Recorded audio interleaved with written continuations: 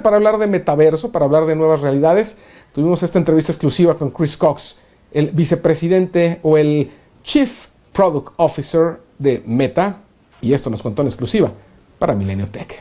Sin duda, una de las noticias más importantes de los últimos días, y si no es del año, es que Facebook cambió de nombre, o algo así por el estilo, ahora se llama Meta. Y para platicar de esto tenemos una entrevista muy especial, muy exclusiva.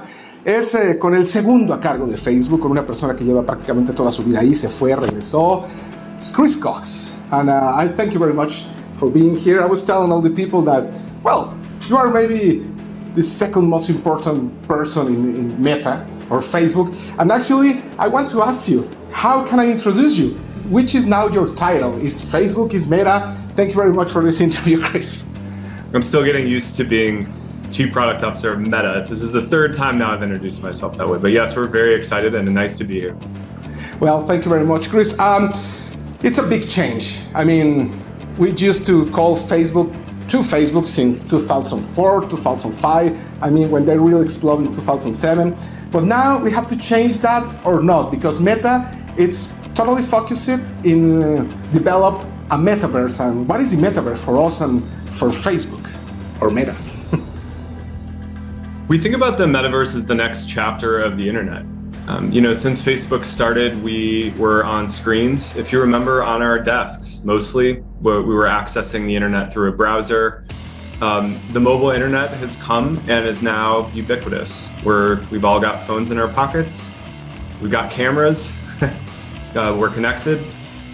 It's easier than ever to share our experiences. And what we see coming next, and what a lot of the industry sees coming next, is an internet that's less flat. And it's one that you can be inside instead of just looking at through a screen. And it starts with things like VR and eventually AR, by putting on a headset and being able to interact with the world and have somebody nearby you instead of on a little box in front of you. But it also includes experiences that you'll have through screens today. If you look at Roblox, a massive platform, really fun as a way of exploring worlds with your friends and building worlds with your friends. You can build a Jurassic forest to explore with dinosaurs. You can build the Colosseum as an archaeological dig. So we've seen a lot of exciting trends that suggest that this is coming now. We've released some products over the past few years, like Workrooms, which we released in June, which is a really nice experience for letting people get together in a room using a VR headset and have their hands and gestures there. So we've started to see a lot of the pieces coming together that suggest that this is coming. And we want to be a part of it. This metaverse will be built by a lot of people, not just by us. It will be just like the internet. It will be a collaborative effort across the world. But we felt that it was important to signal that this is where we wanted to take the company.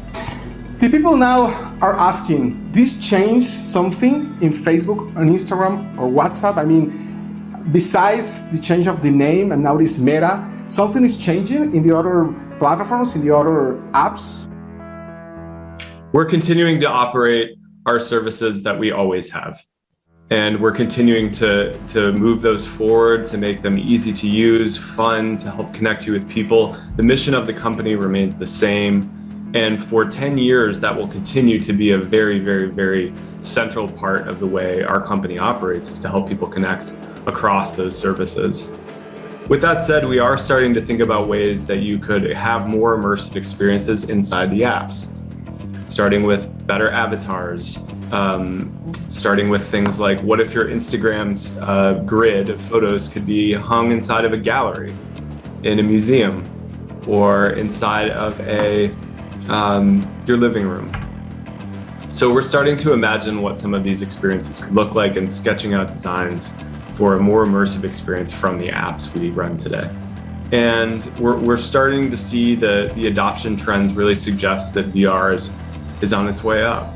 What would you say, Chris, to all the people around the world, in Mexico, that after all the things that happened in the past weeks with Facebook papers, with all this privacy stuff that has been, like chasing Facebook in the last few years, what do you say to trust in the privacy that Facebook made with the data, what to say with the privacy that maybe we're going to experiment with this metaverse and everything that happens and says in the Facebook papers that we're coming out the last few weeks? Well, first I would just say we take the responsibility to build a safe platform incredibly seriously. Since 2016, we've invested $13 billion in safety and security in 70 different languages around the world. We have 40,000 full-time employees working on keeping people safe today.